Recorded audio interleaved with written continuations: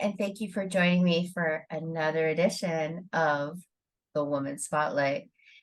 This episode, like all, is no different. We have Dr. Diana B. Allen with us, and she is here today to talk not only about how to make it in the tech industry and stay authentic and real, but she's also here to talk about how to promote other people to do the same, how to engage our alliances, how to bring everyone to the table, and how to show up and have a courageous voice to go after what you really need in order to make it.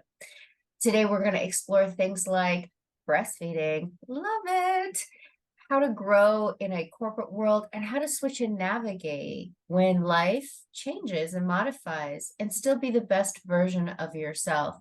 We don't compromise here, so today's no different. We're going to talk about all that good stuff and more. So Diana, Dr. Diana B. Allen, thank you for being here with us today on a Saturday.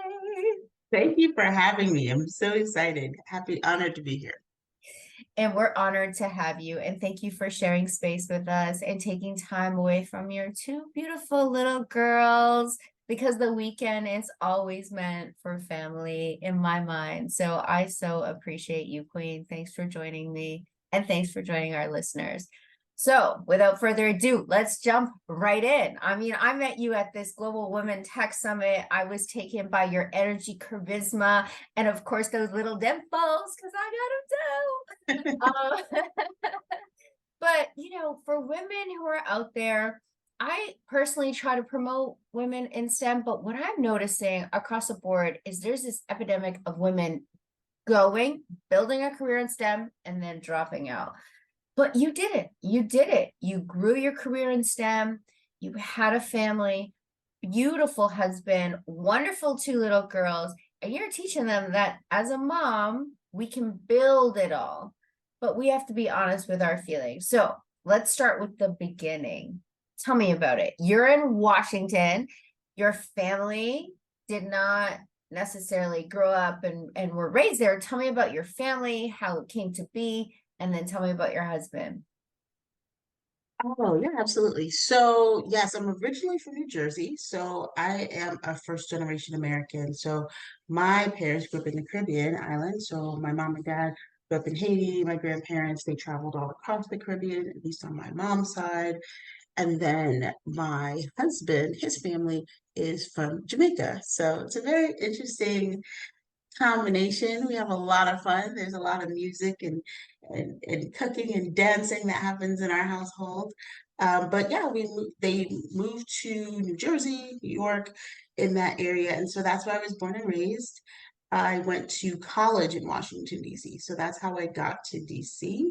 I went to Howard University for undergrad, and then I did my master's, my MBA at the University of the District of Columbia. And as you mentioned earlier, I have a doctorate in organizational leadership from the University of Phoenix, a doctor of management. Okay, So, of education. yeah. It's an interesting journey because I kind of, I went to school around that like tech era as like the tech was booming. And I majored in business with a concentration in information systems as opposed to engineering, right? Like, theoretically. Yeah. And around midway, maybe I think like after you finish your general courses at the university and you get into like the specific courses, I was like, I'm not really crazy about this. Like, I don't really like it as much as I thought I would. And I think I had maybe about a year and a half, 2 years left. And my parents were like, money does not grow on trees. So what you will Mhm. do is you will finish the degree that you have and then go figure out your passions later because like that's not what we're paying for. And so I did that. And, one of the things that I think makes me unique in this space is that I really love engaging with people. And I really love working with the business owners and figuring out how to make things profitable, how to make things safe and secure. And so I finished my degree as instructed. And but my education path later focused on management, organizational leadership, really taking that tech base and just building upon it because technology only works with people, processes, and tools. It doesn't stand alone. So people have to build it, people have to use it, people have to like it. It's very people centric. And so I am really passionate and really excited about getting to know people and figuring out what motivates them and what we need to do. So when I graduated college, interestingly enough, my first job was at a bank. A bank. So a bank. And so because I didn't want to code, I didn't want to go the traditional path. And I think that's where they were recruiting essentially. And I worked at a bank. Here are the great things that I got from banking, because I know you want to know, and I'm going to tell you We all how want this to know works. like how serve can actually serve. Please tell us. Yes, so I was a personal banker at a bank. So not like a teller, but the person that you talk to about like your investments, your accounts, open CDs, mortgages, things like that. And so what that got me was one, I was pretty shy. You'll find that in a lot of tech folks. They'll say, "Oh, I'm introverted," or I kind of like to stay behind the scenes. So it got me out of my shell. It got me out of my comfort zone in a really good way. I learned how to build rapport with people very quickly. I learned how to sell. I learned how to understand my product or understand the needs of people. So if you came into the bank and you wanted to open a savings account for your child, I may not try to cross sell you a mortgage, right? But you have conversations and you figure out, what do you need? How can we help? How can we serve?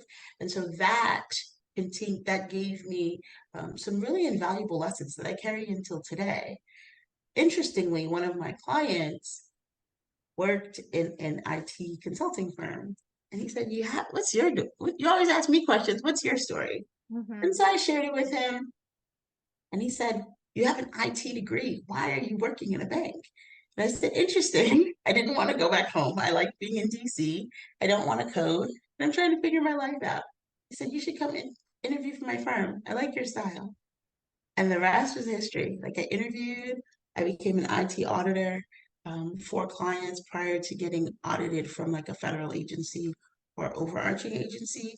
So helping them understand their IT security, where their weaknesses were, whether it be training, documentation, controls. And that's how I got started.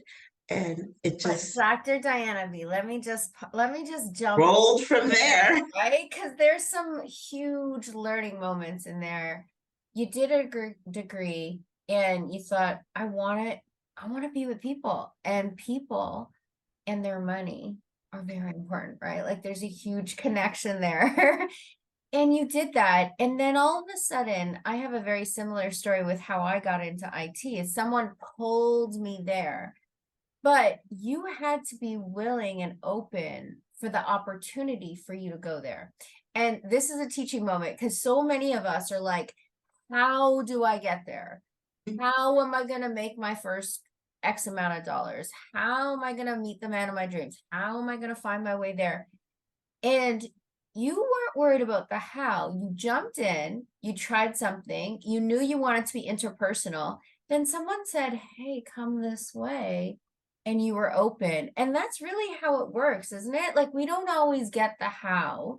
We get to follow the crumbs that are put out for us. And so you did. That's amazing. So now you jump in, you're like, let me try this IT thing. Is that when you joined Deloitte, or where were you So at no, that no, time? no. So I actually worked for small companies. So small 8A, minority-owned businesses, women-owned businesses. So 8A is a categorization in the US for small businesses.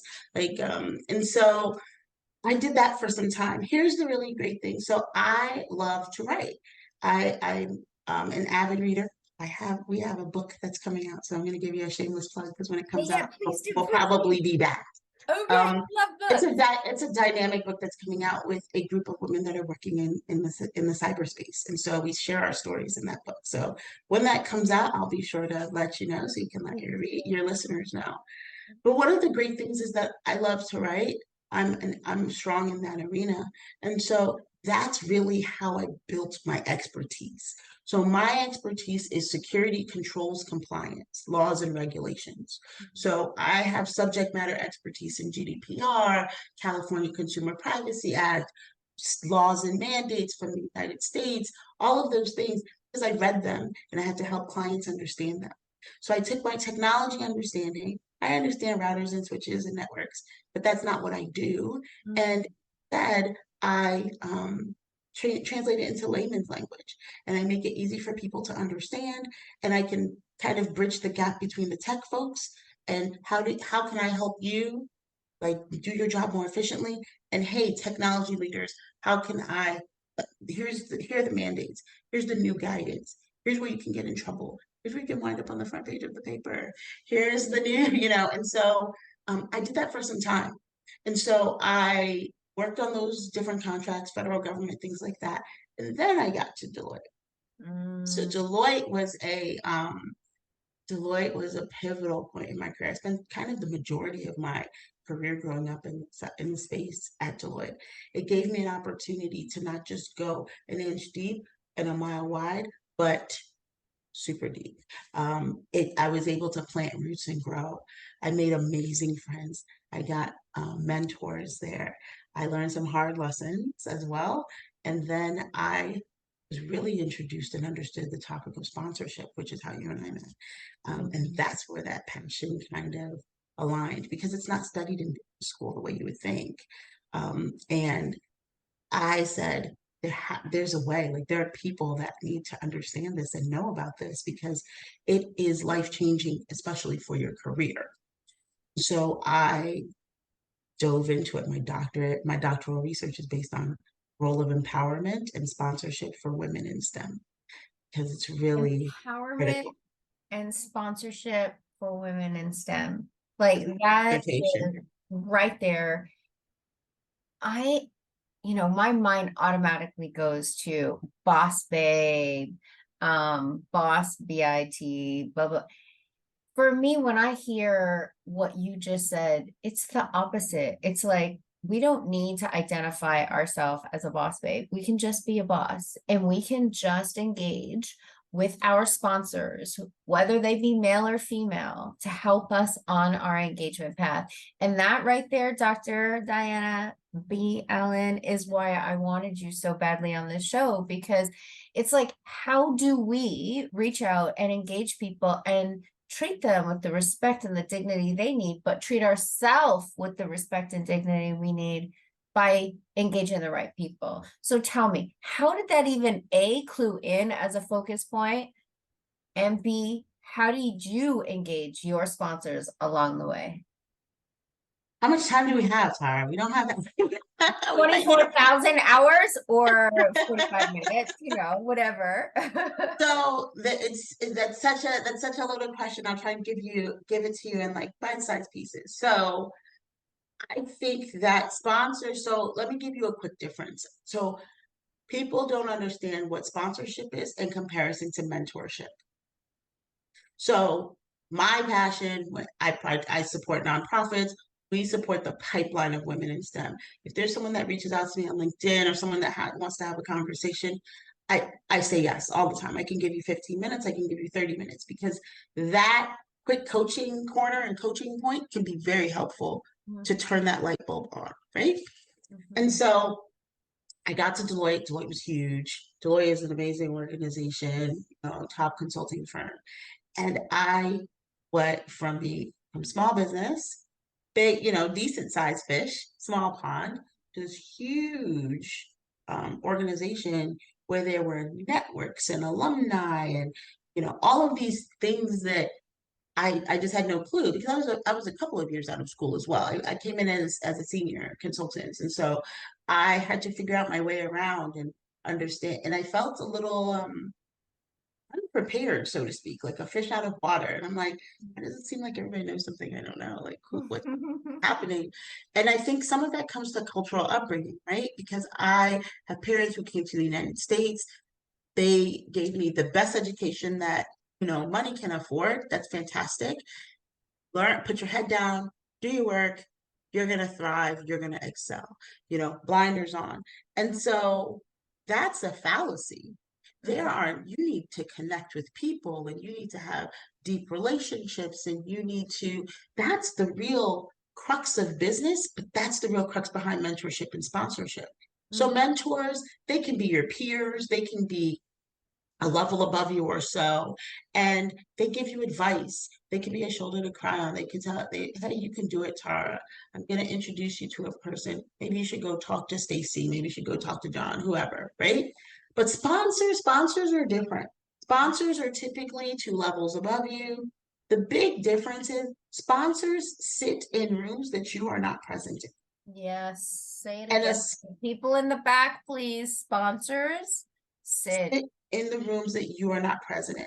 And Mhm. so, what does that look like in reality? A sponsor sits at the promotion table when they're talking about who to promote. A sponsor sits at some of the rooms where they're talking about performance. And so, those are the times when someone will say, you know what, Tara didn't do great on that project. Maybe she's not ready for the next level. And a Mhm. sponsor might say, actually, do you remember a time when you weren't that great? And here you are at the next level? And perhaps we want people to take chances like Tara did and lean forward, and a sponsor will cover your butt in that instance, right? A sponsor will help suggest, what about Diana? Have we considered? And that's the benefit of a sponsor because they know your work. They are willing to put their political capital on the line and they have political capital. But then Mm, they sit in those rooms. And so I share in different forums and I think I shared this when we were at the Global Tech Conference, the most important decisions of our lives are made when we're not in the room. mhm. Whether to hire us, whether to fire us, whether to promote us, whether to propose to us, whether to buy the ring, not buy the ring, how our ratings, our compensation. So you really want as many people as you can to know about your work in a positive way and be willing to speak up. And so I didn't know that. I didn't understand it, right? It's not cronyism, it's not nepotism, it's just relationships and Yes. helping others. And so to answer your other question about how did I find sponsors? So sometimes sponsors find you. Mhm. They just say, I see your light. Excuse me, you. I know where Sometimes. you're going. So there Like, are open sponsors. Some people you'll know they're your sponsors. Some people you won't. They might be like, I like her. She's got some spoon. I'm gonna help her out.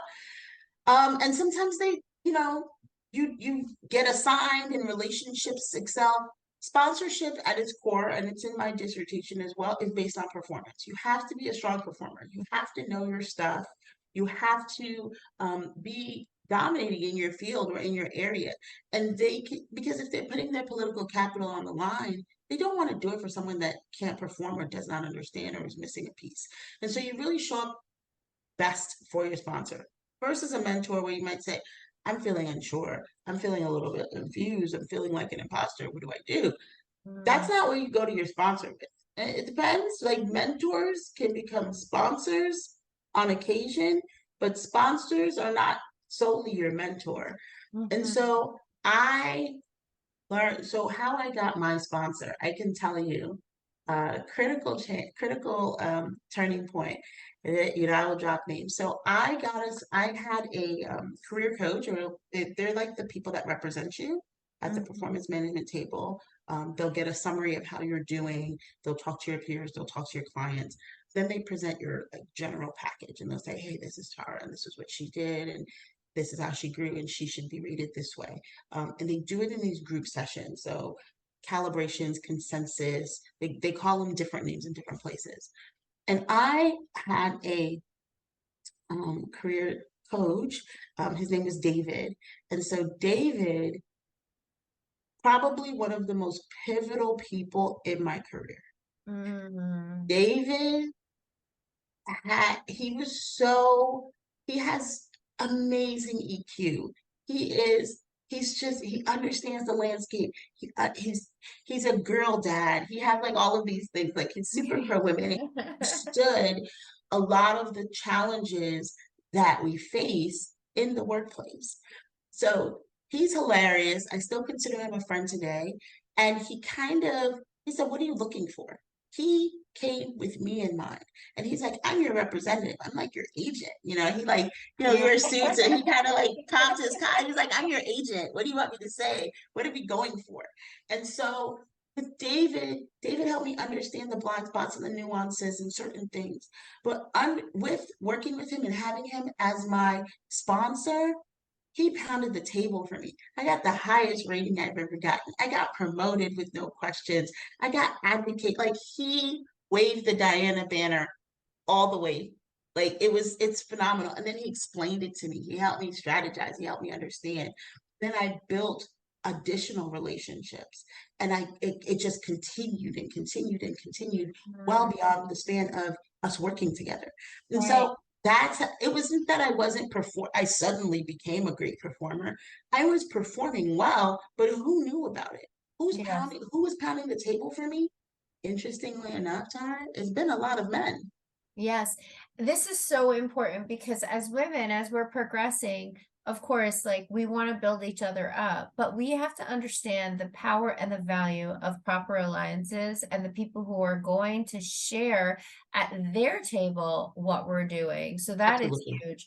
The other thing I heard, and please correct me if I'm wrong, is that you went out there and you were taking risks, but he was giving you the safety in which you could do it because Absolutely. you knew that I'm going to play big. I'm going to go out there. I'm going to put my best foot forward. This is not a mentor. This is someone I can shine for and with. And if by chance I stumble, he'll help me course correct. But I feel almost in listening to you, like he gave you the comfort to expand. He gave you the comfort to step into the next level of yourself and promoted Absolutely. it every step of the way. So, as Yep. much as The we want secret to be boss sauce. babes, understand the alliances and the sponsors that are going to help you get there. That's really powerful. One more It's thing that, amazing. Yes. yeah, one more thing that just came to mind is you're not only a woman, you're a woman, a lovely woman. You are a Black woman. So you have a visible difference, a visible minority. And I feel sometimes when we're looking for the sponsor, we sometimes want the person who represents us. Can you tell me, did David represent you? Did he look like you? Did he come from a cultural background like you? Tell me more about who David was as a person, because he stood on the line for you. Yeah. So David is Korean American. And he's a few years older than me. I'm like 21 plus a couple, 18, or however old you want to Plus a claim. couple, yeah. But no, no, no, he did not look like me. And interestingly enough, a majority of my sponsors don't. Interestingly, we're in tech, right? And so there are far and few in between. But he did not look like me. He'd been at the firm longer than I had. He left the firm prior to me, and I still reach out to him every now and again um, when I need some sound, candid advice. And so one thing that I loved about him was that he was able to help me strategize and understand. And so that was once I got it and I understood, perception is reality. This is how this works. This is how you want to leverage this. No, you went to Howard University. There's a huge Howard network here. Use that network. Partner here. Bring opportunities. This is how we grow. And then the relationship was reciprocal. So when there were opportunities and people would say, "Hey, what do you do?" I would be like, David is my coach. David is my champion. David is this." And so doing well helped him do well because they would say, Mhm. "Who's that rock star that you represent? She's amazing." And he's like, "Isn't she though?" And I would kind of She's the give him that, bomb. yeah, like we would have those relations, those conversations. But I mean, he's not the only one. I had, and I was able to, as I grew in my responsibilities, I worked with chief information security officers, chief privacy officers. And so having that exposure helped me talk to partners. Some of those partners knew me when I was just a junior consultant, and then here they are seeing me married with children and sharing that story. And so when I started to enter into different phases of my life, they were there to be sounding boards, and they weren't so far away and so untouchable, right? And so that's really how that happened. I do have female sponsors as well and female mentors, but it's just a little bit different that the majority of my support has come from men. Got it. And So we can have sponsors that are male. Mhm. We can have sponsors that certainly are a couple levels above us who are going to guide us. We can have sponsors who look and act and are different than ourselves. Absolutely. All right, so now we're here. We've got these great sponsors. They're championing us forward. They see in us the value and the beauty we bring. All of a sudden, or maybe not all of a sudden, but you're married, you're having children, you decide you're going to make a shift, right? And Mhm. I, for me, this is super important because when we make a shift because we are opening our life to more, it's not a bad thing. It's just different, right? And as women, we sometimes say, and we hear it all the time, you can't have it all. Something has to compromise. If you're a great mom, you can't be great at your job. If you're great at your job, you can't be. And listen, I remember running, like literally running to my car, getting in to get to the daycare before 6:01 because we had to pay Yes.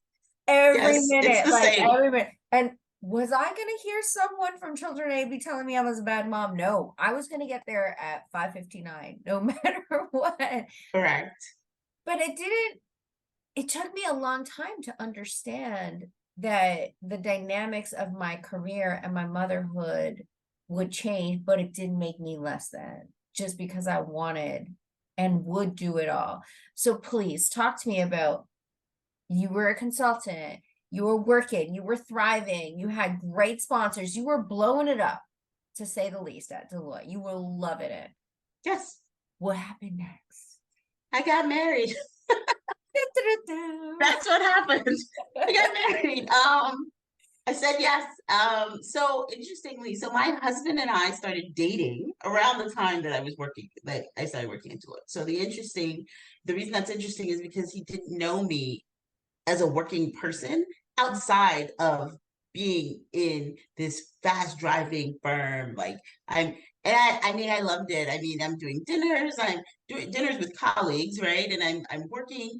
I mean, I can work very well under pressure and I can work some serious hours. And We so, can put the work in. yeah, I can put the work in. And so I think, I've built a lot of muscle, in that regard. And so I, we got engaged. And I think it's so funny because some of the people that like were like the most excited about us worked at, we're coworkers. And that's why I started out and I said we're still friends today, right? Like it's a very like symbiotic relationship in that regard. So we got married.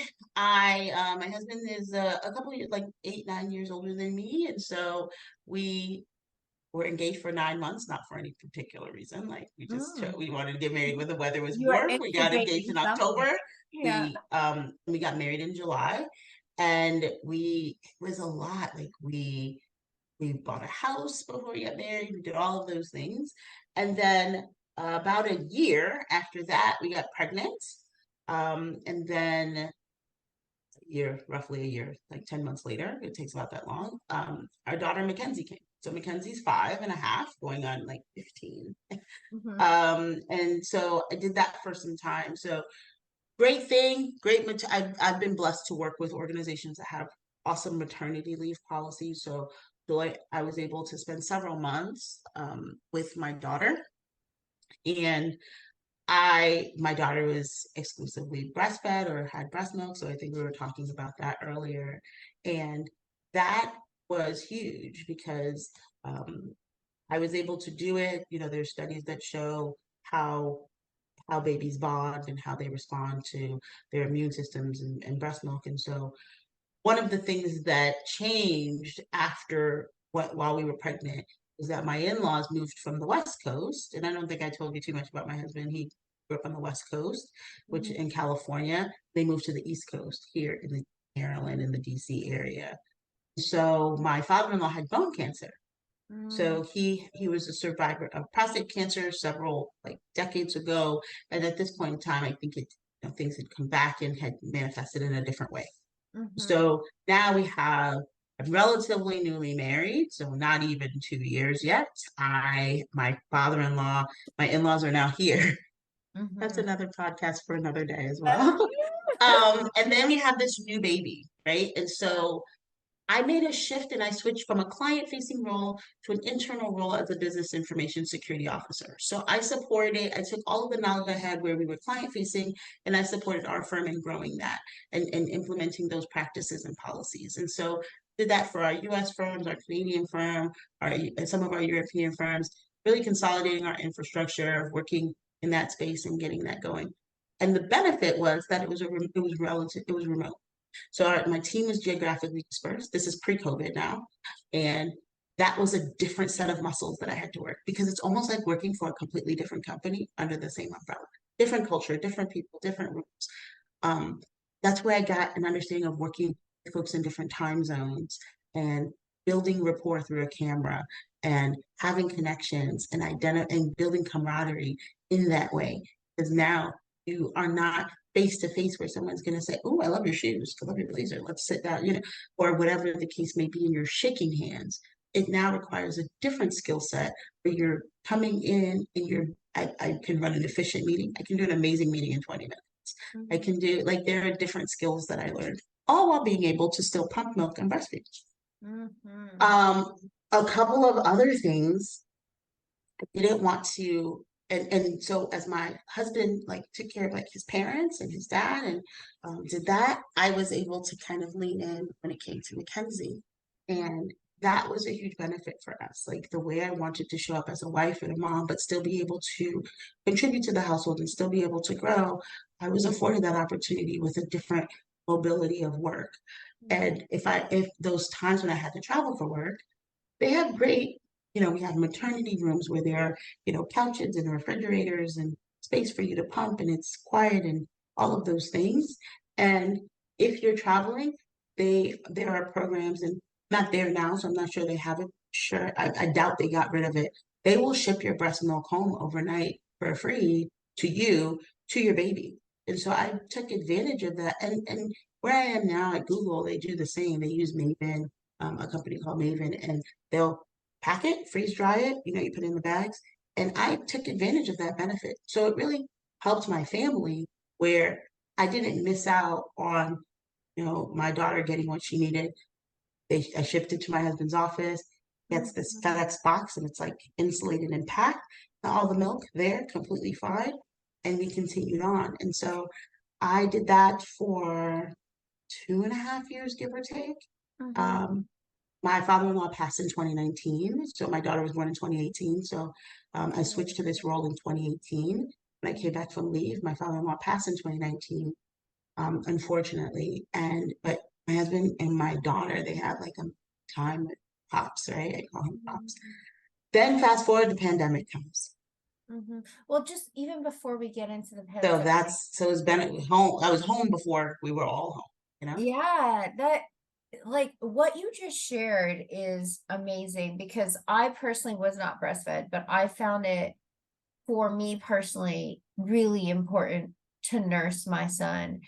And even though at that time when I had my son, I worked in an environment that was predominantly women, there was never a thought about my breast milk or about getting the milk back to my son or my at that time my partner who's unfortunately no longer with us.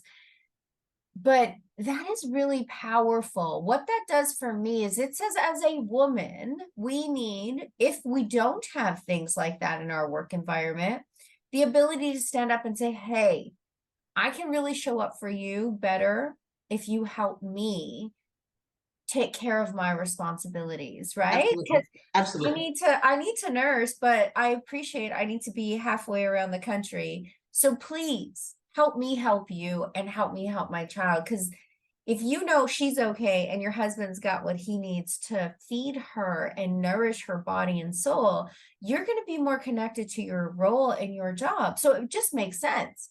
But many times we show up and we're scared to use our voice. We're scared to say what we need to be successful.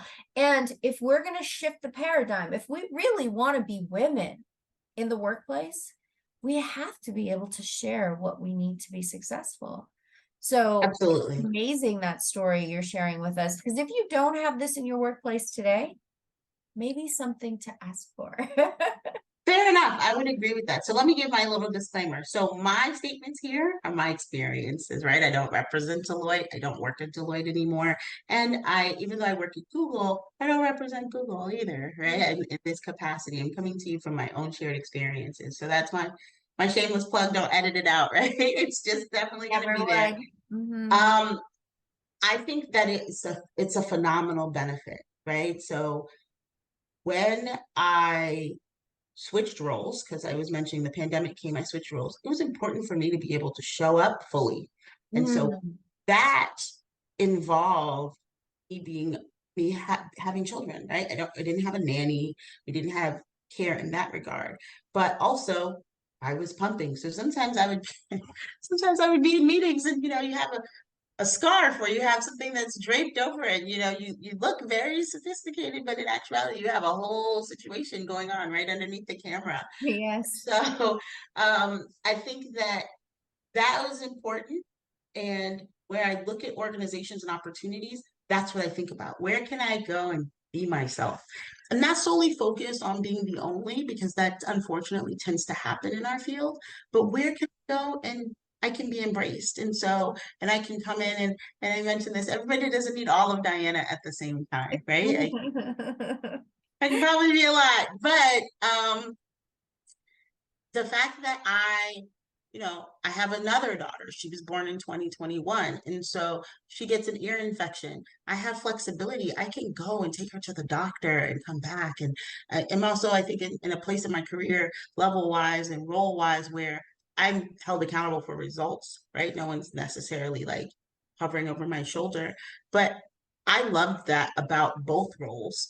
And the remote roles I've had is that I can take care of my family and my team is there to support me. And that's men and women. I have found that being a mom, we're more alike than dissimilar, moms and dads, and they're supportive in that regard. And so when I was mentioning, so my father passed away in the pandemic, just 9 months after my husband's dad passed away, and I was remote. Sorry. Mhm. And I remember my manager said, "Get out of here. This place will be fine. Go take care of your family. Do what you have to do. Bye." Mhm. Like sign off. And so, I did that and I was able to kind of lock in and it caused me to reflect and make a change to say, my dad lived life to the fullest. My dad's super jokester. Mhm. He's always laughing. He'd probably be like, Wasn't "Oh, jokes all around. always," and then he's like flirty friendly, right? And so he would be like, "Oh, Tara, hello," and he'd try and pull a quarter out from behind your ear or something super weird. And I'm like, I leave love my friends alone, and I was like, leave my friends alone, like they're married. And he's like, it's okay. It's Here's a just quarter for you, and everybody found him so endearing, and I'm just like head in my hand, like, I'm so sorry, girl, that my dad is trying to pull a quarter out from behind your ear and you're 35. yeah. Um, and so I really thought about, am I living life to the fullest? Am I comfortable? Am I making the impact that I want to make? And so we made a shift. I made a job shift. Mhm. Um, and I left consulting and I went into what we would call industry and I worked at a bank again, but this Mhm. time doing technology risk management. And then I did that for a short period of time, loved it, made some really great connections and friends. Actually, some folks that I used to work with at Deloitte worked there. But I Mhm. realized I missed the cyber piece. So I Mhm. was leveraging my regulatory knowledge and helping, like we sat in a space between like the cybersecurity folks and our auditors or our external entities that banks are accountable to. And that space where I sat was okay, but I wanted to be closer to the tech, closer to the solution, working hand Mhm. in team, translating technical terms to layman's term, moving the needle. I wanted to do that kind of thing. I think growing up in consulting, it's a roll your sleeves up. We are advising clients, we're working hand in hand, we're making things happen, bias for action. I don't think I'll ever get that out of my blood. I think I manage my household the same way. And I'm like, Yes. let's move it. And so a girlfriend of mine, Talia Parker, see, I'm telling you, Oh I'm giving everybody's name. So Talia Parker, she works at Google. yeah. Also the founder of Black Girls in Cyber, which is the nonprofit I help support building the pipeline of women in STEM. And and I said, I missed the tech. She said, come to Google. And we were having pizza. We met up and I met her through Deloitte. This is what I say. I have a fond relationship. I met her through a mutual friend who worked at Deloitte. And I said, Google, I am not 22. I Mhm. graduated a long time ago. Google wants, and I don't code and I don't want to code. And Mhm. she said, that's a myth. That's not what Google is about. We could totally benefit from your expertise. Like you're a thought leader, you're driving things. Like, give it a try. Like it would work. And so I said, what's the worst thing that can happen? They'll say no, or I keep the job that I have. And so Tara, I put in my info and Talia put in my info and they called me back. And they kept calling. And And they kept calling. They didn't just yeah, call yeah, you yeah, back. they kept They kept calling calling. for the interviews. And so I started interviewing with Google in the summer. And I delivered in September. And so I was super duper pregnant while I interviewed at Google, but it was remote. So, and I don't think honestly it would have made a difference Yeah. had they known, but it wasn't anything I had to disclose. And so it didn't become a thing. And so I interviewed. I did well. I met my team prior to, and the rest was history. I started at Google a little bit over about a year and a half ago with a 6 month old Mm. breastfeeding. Went through, and I did that while I was at Google. And so now she's 2 years old, going on 20. She's running the household, and she's, Mhm. I look at her and I'm just like, she was just born the other day. But Mhm. I'm able to. She's Both my daughters have crashed meetings. Like Yeah. things have happened. They say good morning, and and here are the great things. I am one of the few women on my team. That's not the great thing, but the fact that I feel more alike than dissimilar. Most of Mhm. my team members are parents or they have nieces or nephews. They understand that dynamic. They're respectful of boundaries, some great things. Like I can block off time in we have time. You'll see folks, they'll say, do not schedule childcare or audio call only or something like that. And so it's built into the culture, at least where I am in the organization, where it's respected, that we have kids. And I'll share this one story with you. I think I was mentioning my first time in the office, I had to bring all my breastfeeding supplies because I was still pumping, and I didn't have a way to get into the mother's room and the nursing So room. hold on. What is a mother's room? They have a mother's room at A Google? mother's room where you pump, it's like a lactation room. So they have Oh, okay. refrigerators and couches and they're labeled, and they say this room is dedicated for nursing mothers. You cannot squat in this room. You must sign up, get permission. So it's for moms to have a space where you can Mhm. pump. It's clean. So it has a sink, it has a small refrigerator. Depends. It might have a lounging chair. That's why you Mhm. can't squat in the room, and outlets. And so you can pump in there, but they're closed off rooms and you have your badge that swipes. And so I didn't know how to, I think in other jobs, it's not a locked room per se. You go into the room and then you lock the door. It's not Mhm. locked to get To into get the room. in. And so The at Google, entry it's is locked. open. Yeah, yeah, yeah. So at Google's locked. And so I couldn't get in and I didn't know how to request it because I was still so new. And so my manager's a male, a white male. And so I went to him and I was just like, uh, so I have a question. It might be awkward. It's courageous conversation. And he's like, okay, shoot.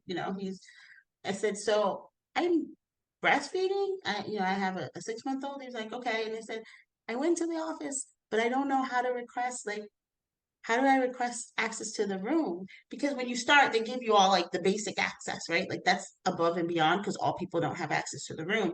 And so I didn't know because I hadn't been in the office and I didn't know to ask. And I said, so sorry if that makes you feel awkward. And he was like, no, it's a fact of life. It's great. Um, I have a greater network than you. I can definitely track that down for you. No problem. Give me till the end of the day. Mm. Sorry that happened to you. That's a Yeah, that's challenge on our part. amazing. We should have a note on the door that tells people how to get their badging provision. And the rest was, and we just moved on. My solution that day, I went to like a different space in the building to find a private space to pump because when you have Mhm. to, you do.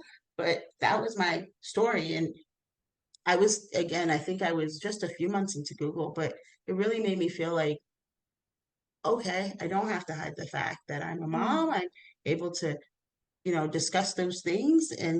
it was fantastic. It's Well, been fantastic thus far. kudos to you for being brave enough to stand up and say, hey, I needed this, I couldn't get in. But your ally, your sponsor, your supervisor, kudos to him for being like, I have a mother. Like, of course, we're going to make this easy on you and don't even think twice. So be brave enough to talk about what you need to be successful as a mother working and expect that you will be received with love and kindness like you were. And Absolutely. if you're not, then you deal with it, right? But that is a wonderful story of how, we always think about as women in a tech industry or in a male dominated industry, how we can truly show up. And I think that is a wonderful example of how you authentically show up. You're brave enough to say what's lacking and you step into what you need because that's going to allow you to be the fullest, most expressed version of yourself. If you're comfortable that you're not lactating through your shirt and that you've got what is going to nourish your baby at home, you're going to be much more able to focus and deliver Absolutely. for those at the table.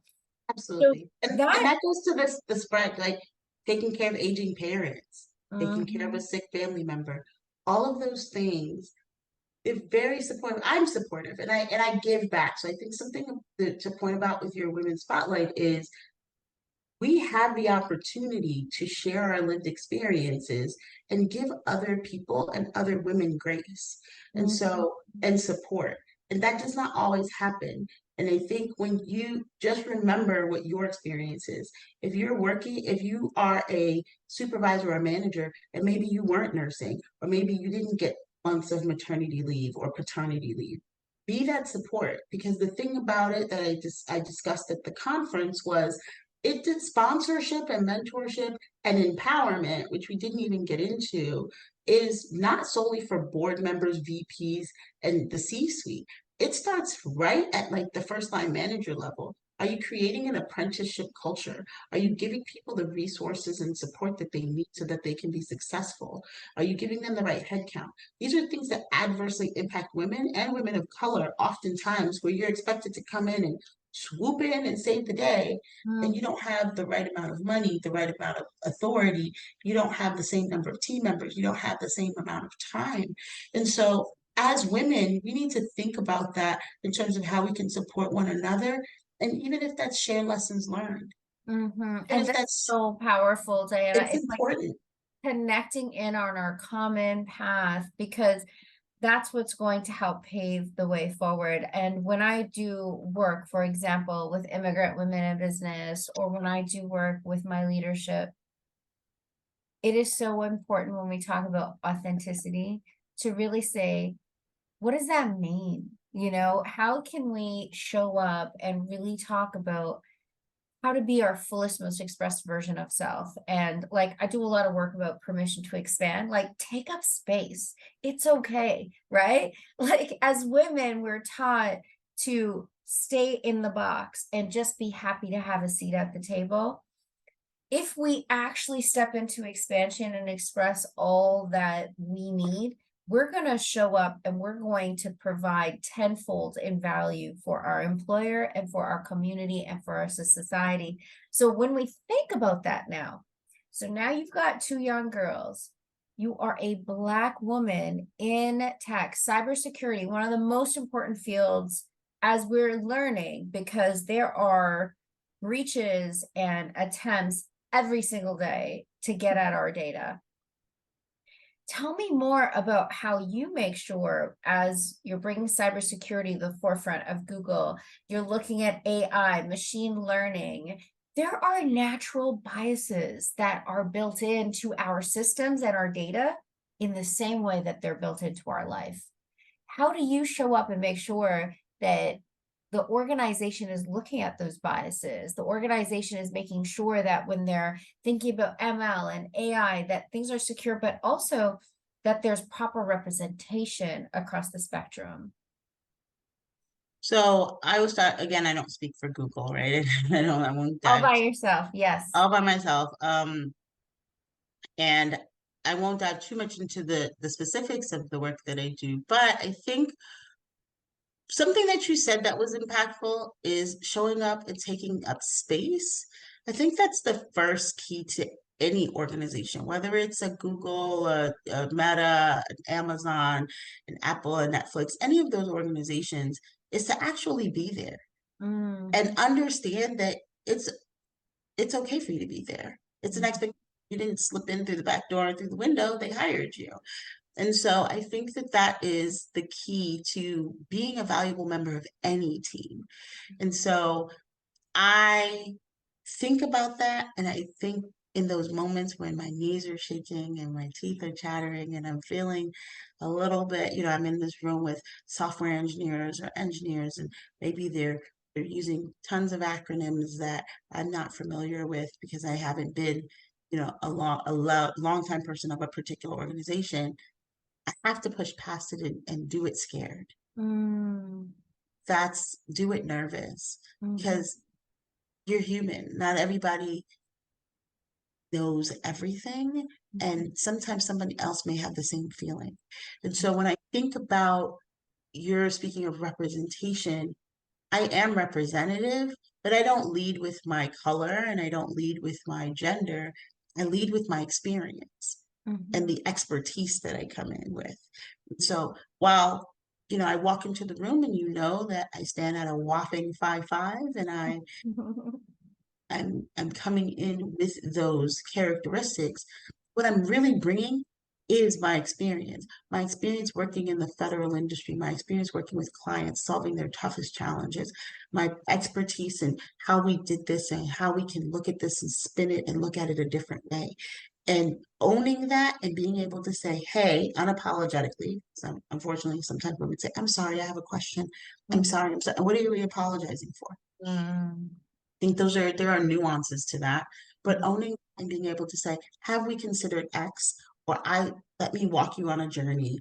One thing, I'm a storyteller, so I'm going to tell you, let me walk you on this journey. And does this type of experience that I have align with this in terms of a solution? And Mm-hmm. not being scared to do that. And so I think I've seen companies, again, I won't speak for anyone in particular, really take into account the differentiated experiences that people have, whether you're differently abled from a hearing or see or vision perspective to the types of members of your family, whether it's someone in a wheelchair, someone who is autistic, someone who is, just any myriad of challenges that or differences that helps you navigate the world. And so that representation and just being you and being able to say, that wouldn't work for me.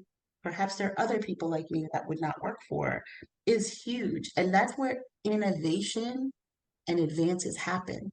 And so by having different people at the table, different socioeconomic status, backgrounds, those are the things that spark innovation.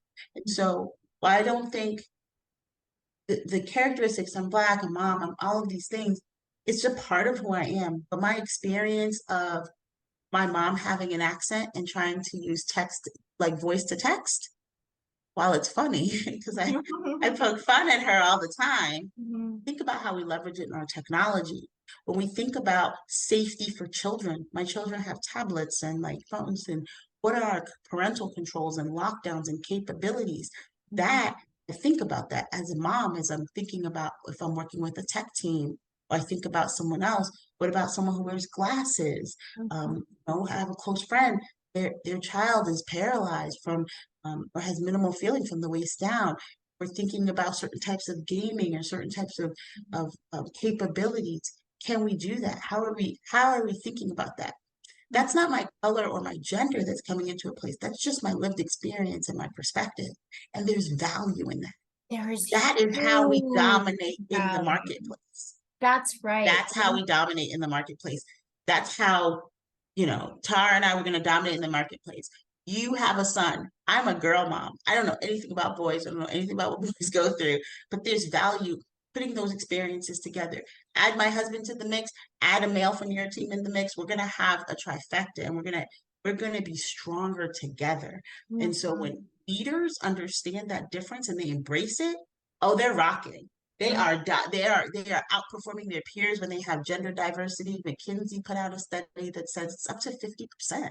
Mhm. the performance is financial performance is 50% or more when you start to have diversity of perspective, diversity of background, diversity of culture. And so you bring that to the table, which is your experience. My experience will never be like anyone else's. Mhm. It's And in gotta my be unique.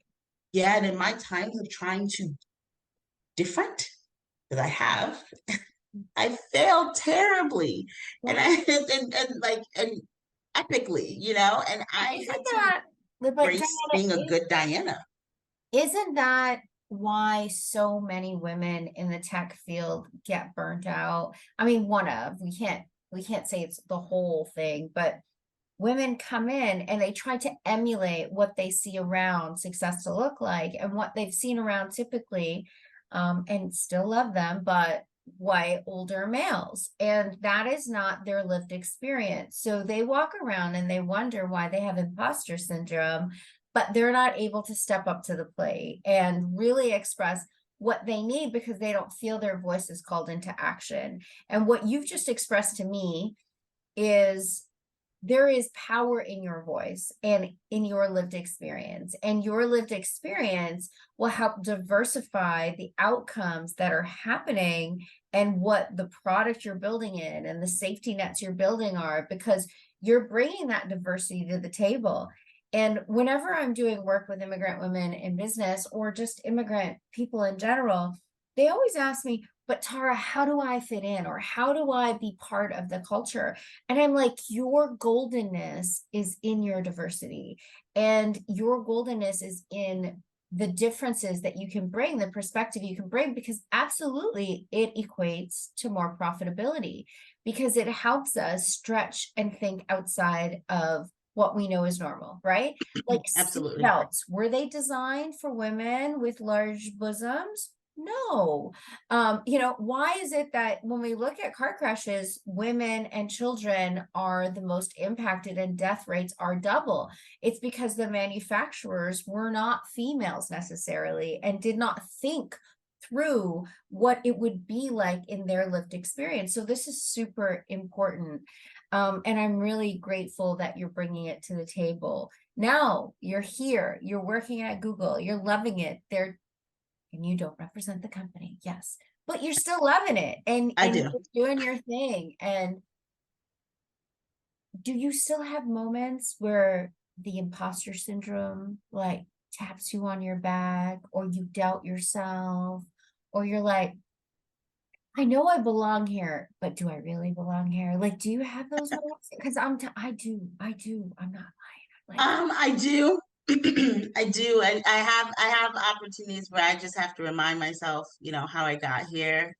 mm, And support it. I work in security, and so security is one of those things. It's kind of like insurance. Insurance, you're happy you have it when something goes down, but like you don't really want it there. It's kind of like during the mhm, time, oftentimes. And so, um, I have to come in and I have to influence and I have to make connections. And I mentioned I've been there roughly about a year and a half or so. And so I think one of the toughest parts that um, makes me feel a little awkward at times mhm, is the legacy knowledge. When you mm, go into any organization, I may know my product and I know my stuff, but I don't know Oracle or Google or Splunk or whichever organization and what that needs. And so there's historical knowledge that can help you better navigate situations and understand, well, this system used to be this system and this and this and this and this.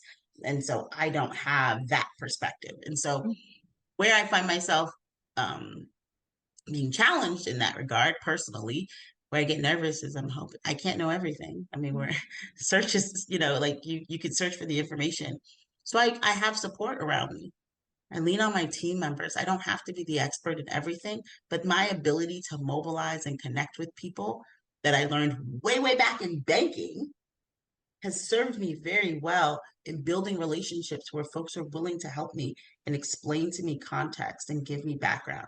So mm, that's probably, I don't worry as much as like, because I know what I know. Like if I mm, can do it, that I have that psychological empowerment.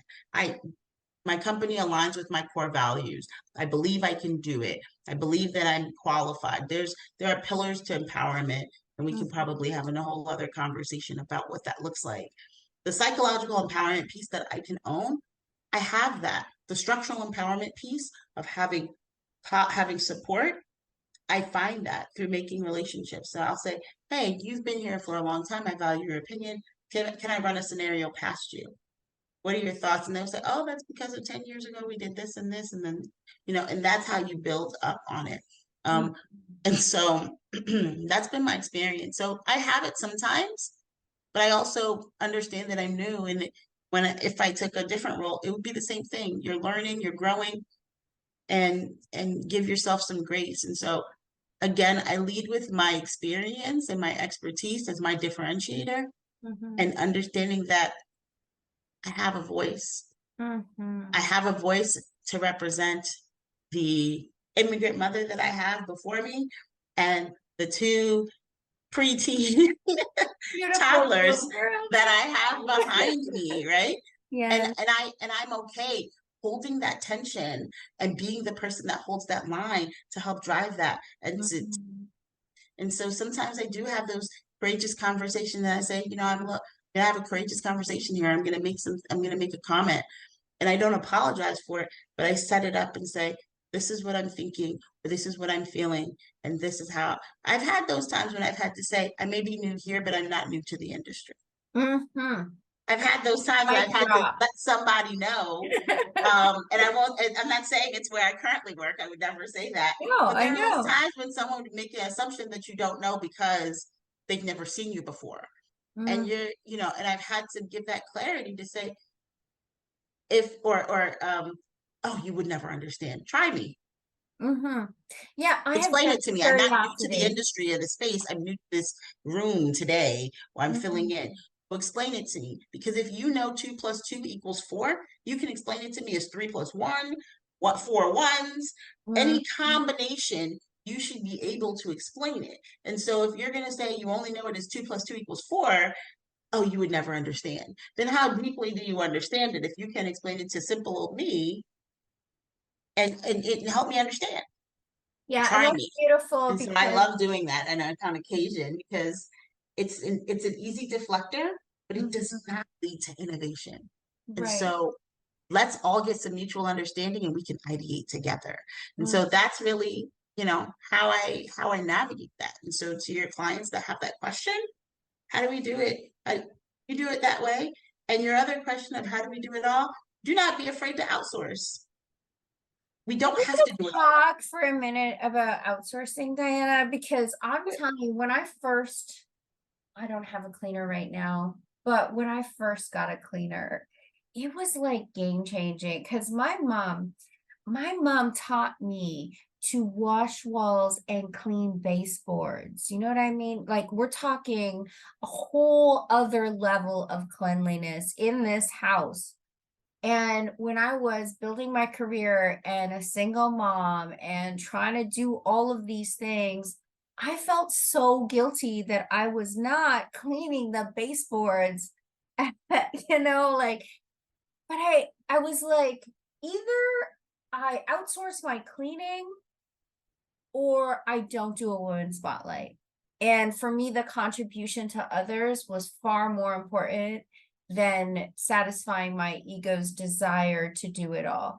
And I don't know if you've ever felt that way, but I felt like I wasn't woman enough. Like if I didn't make all the meals, if I didn't clean the house, if I didn't do all of that while nursing and building a career and staying up till midnight, then I wasn't really doing it all. I was just fake pretending. And it took me a long time. And I know many of my friends struggle with that. So talk to me, Mrs. Diana B. Allen, about how you dealt with that and if you felt like a bit of imposter syndrome about not being a woman because you couldn't do it all. I have so many things so I'm going to invite you to consider a couple of things, and I would Yes, invite okay. you to consider a couple of things as well. So one, I think counseling is helpful, right? I think I've heard on your previous podcast, therapy is awesome. Sometimes you need an outlet. and you need a different perspective. Mhm. And so one thing that I've had a counselor and she said, your household does not operate without you. You are a critical part of your family. So if you fall down, you're up till midnight, you're not nourishing your body, you're not resting, then how does everybody else function? And Mhm. so what I would invite anyone to consider is how does your household, how does this serve you and do you justice? You're run ragged and you're burnt out and you're sleep deprived, right? There are a lot of things that can happen with sleep deprivation, right? And so that's not where we want to go. Mhm. Taking care of yourself is important. What does that look like? Does your house have to be cleaned by you with your two hands? Or does it have to be cleaned? Does your grass have to be cut by you or by whomever, or does it just have to be cut? And so I think of it in a couple of ways. So yes, I went through that as well. I grew up in the days of put on some great music and we have Saturday morning cleaning. And I Yes, don't spend my Saturday doing that. it was Um, like church in my house Saturday it's a morning. we have Saturday morning cartoons, all of these things. But now I have swimming and gymnastics and all of these other activities that I have to support because I want well-rounded children. So I think that there are a few ways to look at it.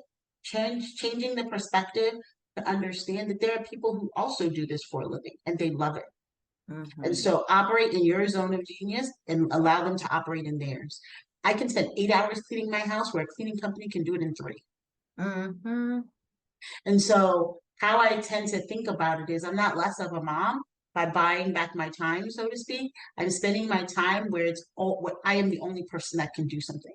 I am the only person that can do mommy and me swimming with my daughter. I am the only person that can go to the Mother's Day luncheon or breakfast. I can't outsource that. My husband can't do it. My mom can't do it. I am that person. I'm the only person, ideally, that can go on date night with my husband. You Mhm. know what I mean? Mhm. So one of the ways I think about outsourcing is not only are you buying back your time, what can you do with that extra hour, 2 hours, 3 hours, 4 hours? How can you show up better? How can you take care of yourself? I also think about it as being a micro economy. You're helping someone else pay for their bills. This is how they feed their family. This is how they show up the way they need to. And so by them doing what they're good at, it frees you up to do what you're good at. And Mhm. so we're all working together in this relationship to make it work. I I still work through it, right? I have a sitter, I have different levers that I use at different times, right? You may have somebody that comes and cleans your car, somebody that comes and cleans your house.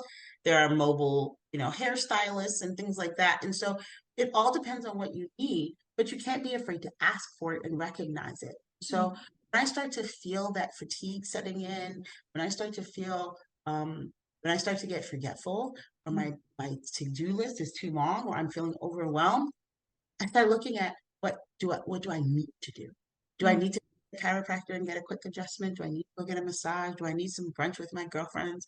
What do I need? And Mhm. when I'm able to kind of check in with myself and take take a mental health day, use the PTO that we have, I'm Mhm. able to show up better. And I don't and I've learned to not do it afraid. Mhm.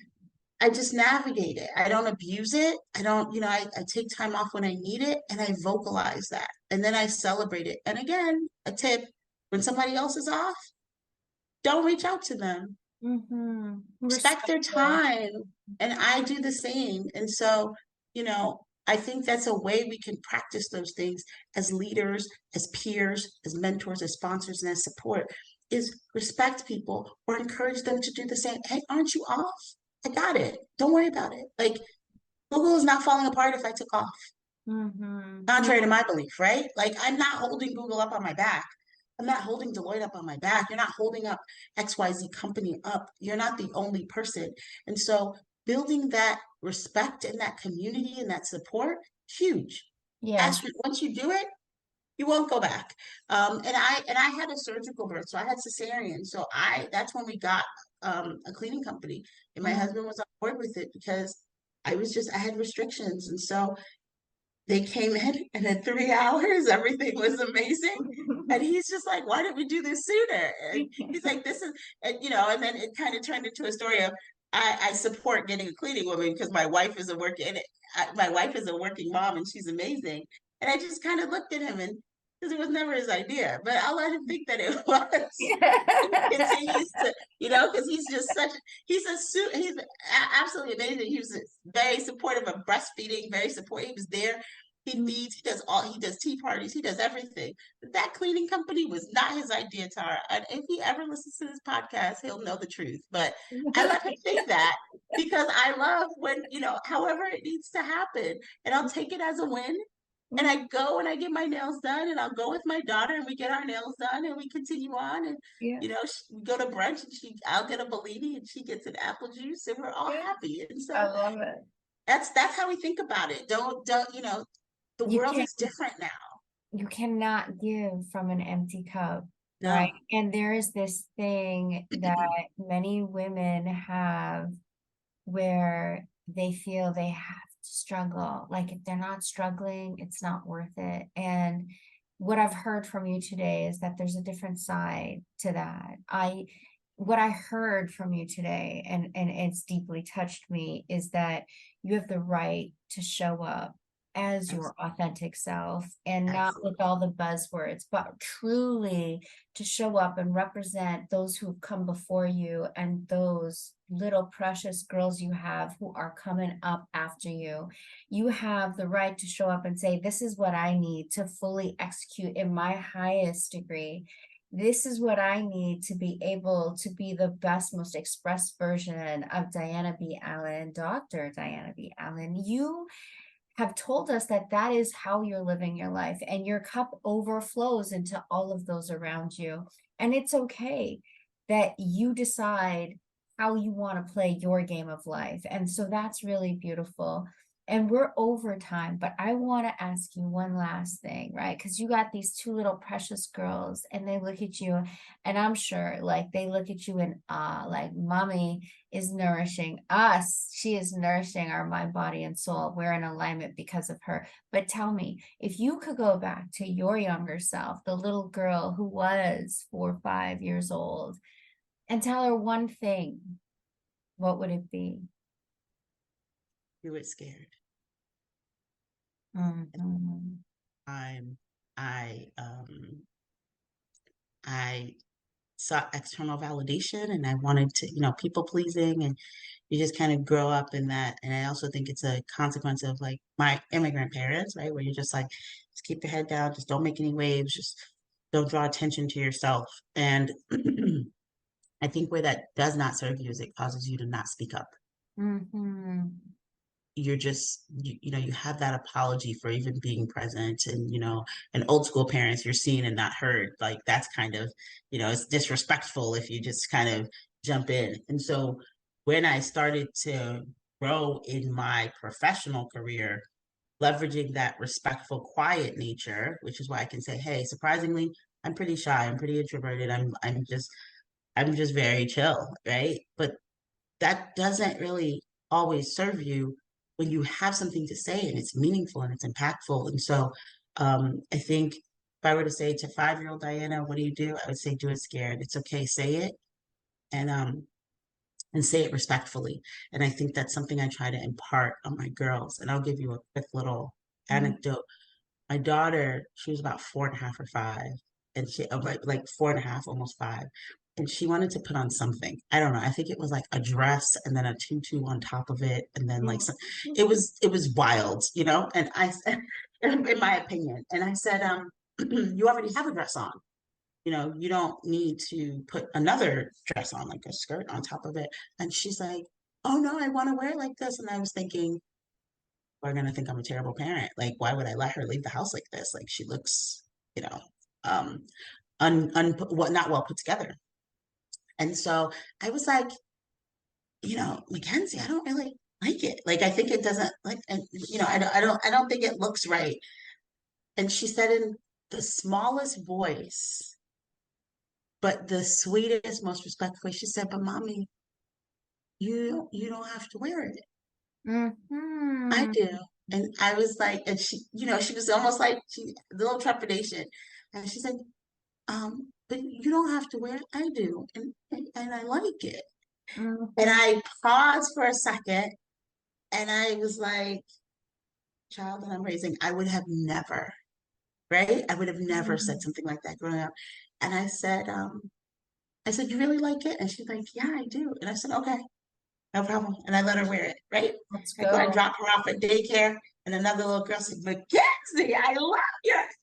And it was like, and she's like, I know, thanks. And you could just like see her confidence. And so I was just like, you know what? First of all, it's not going to kill her. Second of all, look what she did. If Mhm. I teach her and I tell her to own her voice, something I didn't know Mhm. as a kid, what example am I setting? And so she was nervous, Tara. She was like, "But mom, she didn't say it's not your clothes. You don't have to wear it. She didn't say it in the way. She just said, and I could hear it, Mhm. And I was just like, okay, no problem. And so every day I continue to like, try to enforce that, your body positive and, you know, say Mhm. what you have to say, use your voice, we'll back you up. And so that's what I would say to my younger self is to be okay having that voice and having that perspective. And so I try to instill it in my little preteen Oh, it's toddlers. so beautiful. I love it so much Yeah, because she was testing her voice and you gave her safety and security absolutely. and you gave her a trusted space. And that's so important for all you moms out there is just, And and that's leaders and dads and like just leaders in the community, like allow people to show up with their true voice because that curiosity, we fizzle it far too often. And that is absolutely. the curiosity that will enable the change makers that envision tomorrow and give us new ways of doing things. So thank you so much, Diana, Thank for you for being with us. having me. This was I amazing. It was Um, amazing to have I'm on you. LinkedIn, so if we can, and we'll definitely keep in contact. We can definitely talk more, but I'm so happy to have and honored to have been able to be here and spend this time with you and your listeners. Yeah, so tell everyone at home, like you're on LinkedIn. Is it Diana B. Allen? Are Yes, Diana B. and does Allen. she have a book You can go name to yet? dianaballen.com and then Uh-huh. you can find all of like my Instagram and I'm not on X or Twitter or what it used to be called as much, but I'm on Facebook. I'm on Instagram and I'm on LinkedIn. And so I speak in various forums, kind of sharing the same similar messaging and sharing my lived experiences. It's possible to be a woman of color in tech and a mom and a daughter and involved in your community and still have a fulfilling life. And so that's filled with faith, hope, love. So Well, that's how I choose to show up. so Thank you so beautiful. much for having me. Thank you for being here. So for all of you, we went on this beautiful journey, right? Like it started with loving and getting into tech and education, went into the financial industry, had someone tap you on the back and say, "Hey, what about you took the risk, you jumped in, you went full force, and you loved it, and it appeased you, and you were out with the girls having drinks at midnight, going back to the office, getting all that consulting work in. And then you met the man, the one who was going to sweep you off your feet and give you two beautiful little girls. And things changed. Didn't get worse, didn't get better. They changed. And your voice changed as a result. And you still brought it to the table. You felt the fear and you did it anyways. You courageously showed up. You did the tough work. You lactated at work, sent that milk home to dad, let him feed your daughters, gave him space in your life as a woman, which is equally important. And you did all this while giving your little girl space to have curiosity, space to have a voice, space to show up and say, hey, I'm brave enough to say what I want. And mommy is brave enough to give me the space to do it. So thank you, Queen, for being with us today. Thank you all for listening. Until next time, here's another Woman Spotlight. Thanks so much for watching. Subscribe and follow me. And also, if you want some other content, hit me up on Tara Myshrall Speaks on Instagram or join my inner circle at taramyshrall.com. You will be the first to receive new content when it drops, as well as the first to get the Women's Spotlight. learn about other amazing women in our local community that are up to big things. Thanks again, with love and light. Until next time, guys.